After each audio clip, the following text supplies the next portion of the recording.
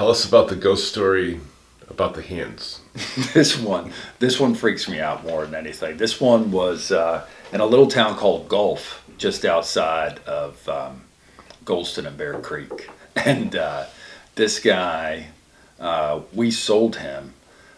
He came from New York, and he bought this house in Goldston, and it was on 17 acres. And in the middle of 17 acres, there was a family cemetery that had about 15, 20 graves on it. And these were nice graves. Like, you could see the names, the dates, and some of them were like 3 or 4 feet tall and had a black iron fence around it. And he's like, so what's the deal with that? Because it's like on a quarter acre.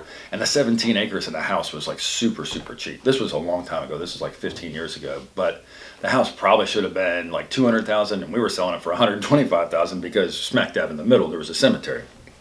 And so he's like, how come nobody's buying this? And we're like, well, there is a cemetery in the middle. And he's like, is that going to make my well water taste funny? And we're like, no, it's not going to make your well water taste funny, but you do have to let the family visit. And he's like, okay. And so he had no problem with it. And we checked on him. And he's like, yeah, there's some weird stuff going on in my house or whatever, but really it's the quietest neighbors I've ever had. So that was his joke.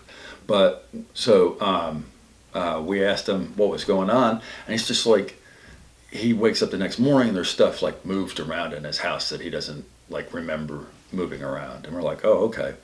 And then about a year later he called us and he's like, Eric, is there any history on this house or whatever? I'm like, why? What's going on? He's like, well, now I wake up and I got cuts all over my hands and I don't know what it's from.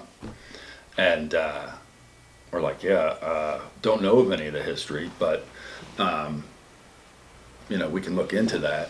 Well, then we see in the Chatham News and Record that he went next door and tried to strangle the wife of his neighbor, married woman.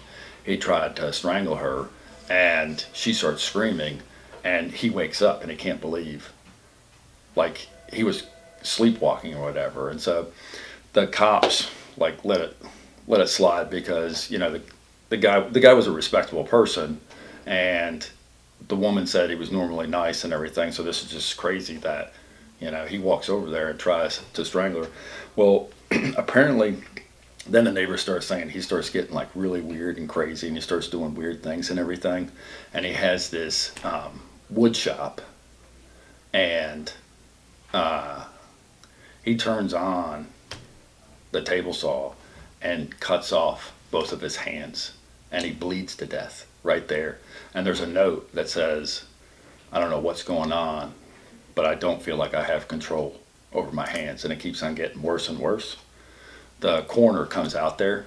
They find the body. He's completely bled to death, but the hands are missing.